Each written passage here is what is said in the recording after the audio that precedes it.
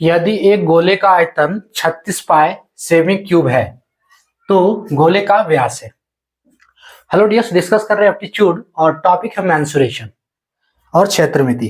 प्रश्न RRB group D 2022 का है। आरआरबी ग्रुप डी 2022 से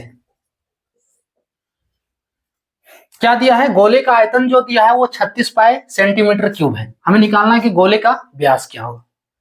तो इसके लिए सिर्फ गोले का जो आयतन का फॉर्मूला है वही यूज करना है, उसी से ये प्रश्न आपका जो है वो सॉल्व हो जाएगा।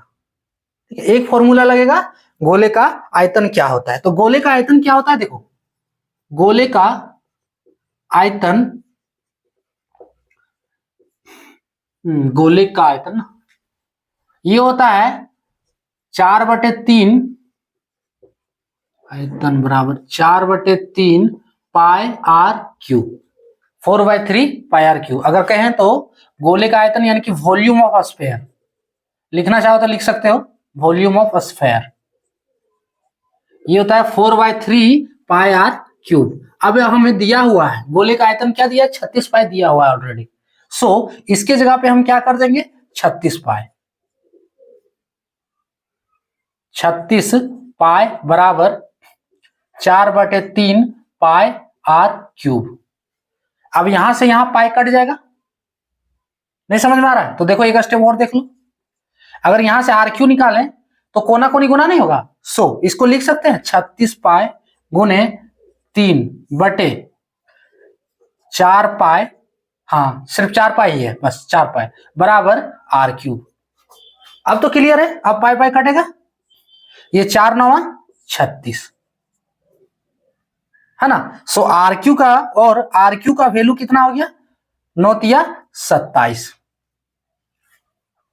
आर क्यू का वैल्यू 9 तिया 27। अब आर बराबर कितना होगा, यानी कि 27 किसका क्यूब है, 3 का क्यूब है। तो आर बराबर जो होगा वो हो जाएगा 3 सेमी।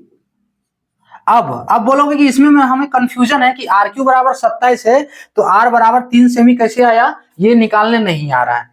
तो हम ऑलरेडी क्यूब रूट में बता चुके हैं, पूरा डीपली कॉन्सेप्ट इसका दिए हैं क्यूब रूट में, कि ये पावर इंडिसेस सर्च का वीडियो है। ठीक है, प्रीवियस वीडियो में ये बता चुके हैं। थोड़ा सा यहाँ देखो कि है क्या ये क्यूब रूट कैसे निकालें।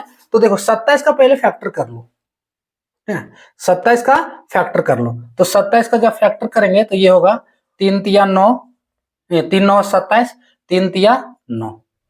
क्या 27 को लिख सकते हैं 3 का पावर 3, 1 2 3 है।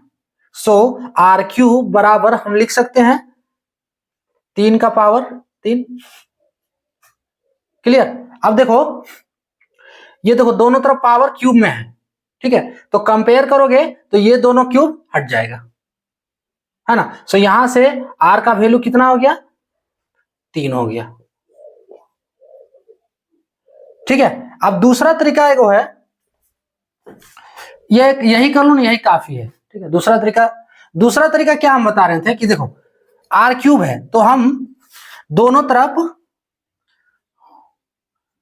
तरफ पावर 1/3 से गुना कर देंगे।